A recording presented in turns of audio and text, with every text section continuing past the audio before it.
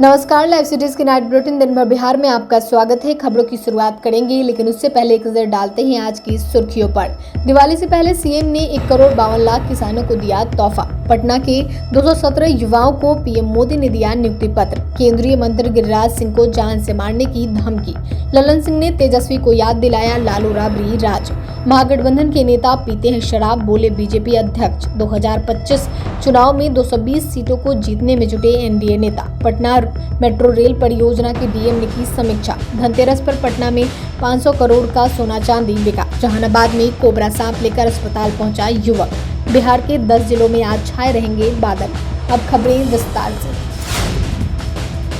बिहार सरकार ने बाढ़ प्रभावित किसानों को दिवाली गिफ्ट दिया है। 1,52,000 किसानों के खाते में डीबीटी के जरिए कुल 101 करोड़ रुपए ट्रांसफर किए गए हैं। बाढ़ के कारण किसानों को हुए फसल की नुकसान की भरपाई के लिए कृषि इनपुट अनुदान योजना के तहत यह राशि ट्रांसफर की गई है। किसानों को प्रति 2 हेक्टेयर के अनुपात में आर्थिक सहायता दी गई है। 16 जिलों के 69 प्रखंड के 580 पंचायत में कृषि इनपुट सब्सिडी दी जा रही है। योजना के तहत संचित क्षेत्र के लिए 17,000 रुपए प्रति हेक्टेयर, असंचित क्षेत्र के लिए 8,500 प्रति हेक्टेयर और शाश्वत फसल के लिए 22,500 रुपए प्रति हेक्टेयर की दर से सब्सिडी दी गई है। किसानों की सहायता के लिए सरकार ने कृषि इनपुट अनुदान योजना की शुरुआत की है। प्रधानमंत्री नरेंद्र मोदी ने आज धनतेरस के मौके पर देश भर के 51,236 नव चयनित युवाओं को रोजगार मेले के तहत वीडियो कॉन्फ्रेंसिंग के माध्यम से नियुक्ति पत्र दिया है। सबसे अधिक हरियाणा के युवाओं को नियुक्ति पत्र मिला है। पटना के 217 युवाओं को पत्र मिला है। इन नियुक्तियों में राजस्व विभाग, उच्च शिक्षा विभाग, गृह मंत्रालय, रक्षा मंत्रालय, स्वास्थ्य और परिवार कल्याण मंत्रालय जैसे विभिन्न मंत्रालयों और विभागों में, केंद्र सरकार में एसएससी, एनटीपीसी सहित विभिन्न विभागों में सरकारी नौकरी पाने वाले हैं। नियुक्ति पत्र पाने वाले सभी पटना के सरदार पटेल भवन के ऑडिटोरियम में मौजूद रहे। पटना में केंद्रीय मंत्री रविशंकर प्रसाद, केंद्रीय मंत्री राजीव रंजन उर्फ ललन सिंह, केंद्रीय मंत्री जीतन राम मांझी और बिहार के उप मुख्यमंत्री विजय सिन्हा मौजूद रहे। बेगूसराय से सांसद और भाजपा के फायरब्रांड नेता गिरिराज सिंह को व्हाट्सएप कॉल के जरिए धमकी दी गई है। गिरिराज सिंह को फोन करके जान से मारने की धमकी दी गई है। अमजद 1531 नाम से आए एक व्हाट्सएप कॉल के जरिए उनको धमकी दी गई है। गिरिराज सिंह ने इसको लेकर डीजीपी आलोक राज से बातचीत की है। बता दें कि हिंदू स्वाभिमान यात्रा के दौरान गिरिराज सिंह अपने बयानों को लेकर काफी चर्चा में रहे थे। वहीं इससे पहले भी 27 सितंबर को केंद्रीय मंत्री गिरिराज सिंह को जान से मारने की धमकी दी गई थी। यह धमकी उनके प्रतिनिधि रहे अमरेंद्र कुमार अमर को पाकिस्तान के नंबर से कॉल कर दी गई थी। उन्होंने बताया था कि फोन करने वाले ने केंद्रीय मंत्री गिरिराज सिंह और मुझे गाली दी, फिर कहा था कि तुम दोनों का हश्र बुरा होगा, अंजाम भुगतने के लिए तैयार रहो। केंद्रीय मंत्री ललन सिंह ने कहा कि केंद्र की मोदी सरकार और बिहार की नीतीश सरकार का एकमात्र मकसद बेरोजगारी दूर करना है। इस लक्ष्य के तहत बिहार के युवाओं को दिवाली पर नौकरी मिल रही है। दिवाली पर बिहार सहित देश के युवाओं को बड़ा तोहफा देते हुए प्रधानमंत्री मोदी ने आज रोजगार मेले में 51,000 नौजवानों को सरकारी नौकरी के नियुक्ति पत्र सौंपे। पटना में आयोजित कार्यक्रम में केंद्रीय मंत्री ललन सिंह ने बिहार के युवाओं को रोजगार मेले में सरकारी नौकरी के नियुक्ति पत्र सौंपे। इस दौरान ललन सिंह ने लालू राबड़ी शासनकाल को याद दिलाते हुए तेजस्वी यादव को निशाने पर लिया। ललन सिंह ने कहा कि पीएम मोदी के नेतृत्व में नौकरी भी दी जा रही है और रोजगार सृजन भी हो रहा है। इससे देश स्तर पर बड़ी संख्या में युवाओं को नौकरी मिल रही है। रोजगार मेले में बिहार के 217 लोगों को नियुक्ति पत्र सौंपा गया।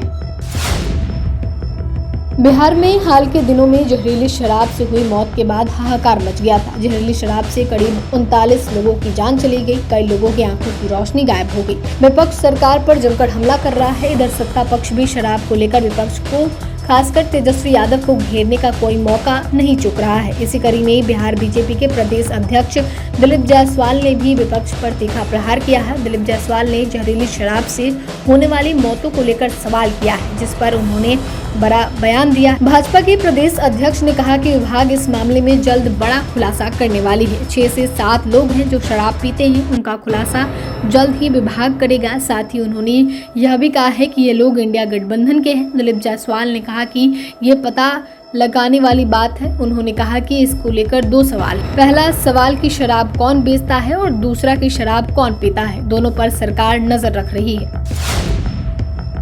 बिहार की सियासत इन दिनों गरमाई हुई है। पक्ष विपक्ष एक दूसरे पर हमलावर है। बीते दिन सीएम आवास में एनडीए नेताओं की बड़ी बैठक का आयोजन किया गया था। इस बैठक में बिहार विधानसभा चुनाव को लेकर रणनीति बनाई गई। वहीं एनडीए की बैठक को लेकर विपक्ष सत्ता पक्ष पर हमलावर है। वहीं बैठक को लेकर बिहार सरकार के मंत्री विजय चौधरी ने बड़ा बयान दिया है। उन्होंने कहा है कि कल एनडीए की बैठक सीएम नीतीश की पहल पे 5 घटक दल के सभी प्रदेश स्तर के पदाधिकारी, विधायक और सांसद जो उपलब्ध थे, उन सब लोगों की महत्वपूर्ण और प्रभावी बैठक हुई। विजय चौधरी ने कहा कि बैठक में सभी दल के नेताओं ने अपनी राय रखी। बैठक में 3 महत्वपूर्ण फैसले लिए गए, जिसमें मुख्य फैसला था कि नीतीश कुमार के नेतृत्व में 2025 विधानसभा का चुनाव लड़ना है। बैठक में एनडीए के सभी घटक दलों की एकजुटता दिखी। नीतीश कुमार के नेतृत्व में जो बिहार सरकार की उपलब्धि और पीएम मोदी के नेतृत्व में केंद्र सरकार की जो उपलब्धि है, उसको लेकर जनता के बीच जाना है। पटना डीएम डॉक्टर चंद्रशेखर सिंह ने पटना मेट्रो रेल परियोजना का त्वरित गति से क्रियान्वयन करने का निर्देश दिया है। सर्वनालय स्थित सभा कक्ष में परियोजना के प्रगति की समीक्षा किया।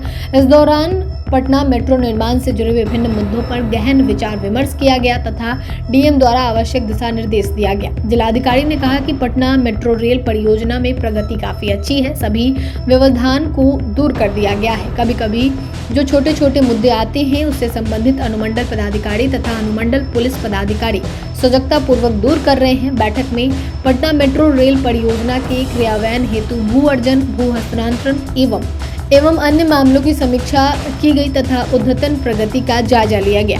मौजा पहाड़ी एवं new ISBT, Jaganpura, Ramkrishna Nagar, Mithapur, biotech, Akashvani, Gandhi Maidan, PMCH, Patna university, Moinul Haq station, Rajendra Nagar station, DPO site, Khemnichak, Bhootnath, Patna metro yard, Raja Bazar, Patna junction, Rukanpura, Patna जू सहित विभिन्न मेट्रो कार्यों में प्रगति का जायजा लिया गया।